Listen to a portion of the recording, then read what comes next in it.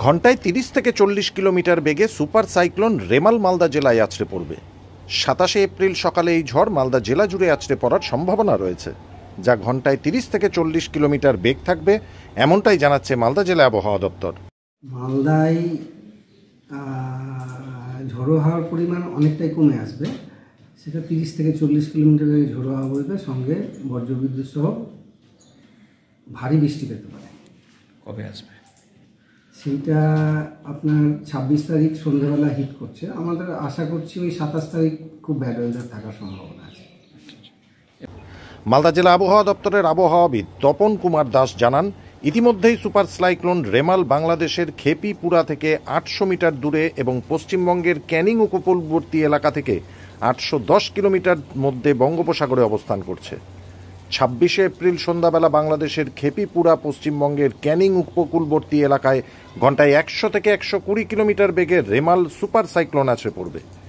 ১২০ থেকে ১৩০ কিলোমিটার বেগে এই ঝড় বইবে, তেমনটাই সম্ভাবনা রয়েছে। গত কয়েকদিন আগে একটা নিম্নচাপ তৈরি হয়েছিল সাউথ ওয়েস্ট বে অফ বেঙ্গলের উপর, সেইটা বর্তমানে ডিপ ডিপ্রেশনের অবস্থায় আছে এবং আগামী ২৪ ঘন্টার মধ্যে সেটা সাইক্লোনে পরিবর্তিত হওয়ার সম্ভাবনা আছে। তার নাম দেওয়া হয়েছে রিনিয়ান। হ্যাঁ, এটা ওমান নাম দিয়েছে। এবার এইটা আপনার আগামী আরও ২৪ ঘন্টার মধ্যে সুপার সাইক্লোনে পরিণত হয়ে ২৬ তারিখ সন্ধ্যাবেলা আমাদের ওয়েস্ট বেঙ্গলের ক্যানিং উপকূল এবং বাংলাদেশের খেপিপুরা উপকূলের মধ্যে আছড়ে পড়বে। সেই সময় সর্বোচ্চ গতিবেগ থাকার সম্ভাবনা ১৩০ কিলোমিটার এবং ইন বিটুইন ১০০ থেকে ১২০ কিলোমিটার বেগে আছড়ে পড়ার সম্ভাবনা আছে। কোথায় কোথায় আসবে? এর প্রভাবে আমাদের পুরো সাউথ বেঙ্গল এবং নর্থ বেঙ্গল সঙ্গে ঝোড়ো হাওয়ার সাথে বৃষ্টি পাবে, বজ্রপাত সঙ্গে বজ্রবিদ্যুৎ সহ বৃষ্টিপাত হবে।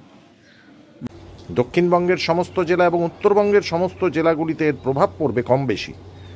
জেলায় জেলায় ঝড়ো হওয়ার সাথে বজ্রবিদ্যুৎ সহ বৃষ্টিপাত হওয়ার সম্ভাবনা রয়েছে।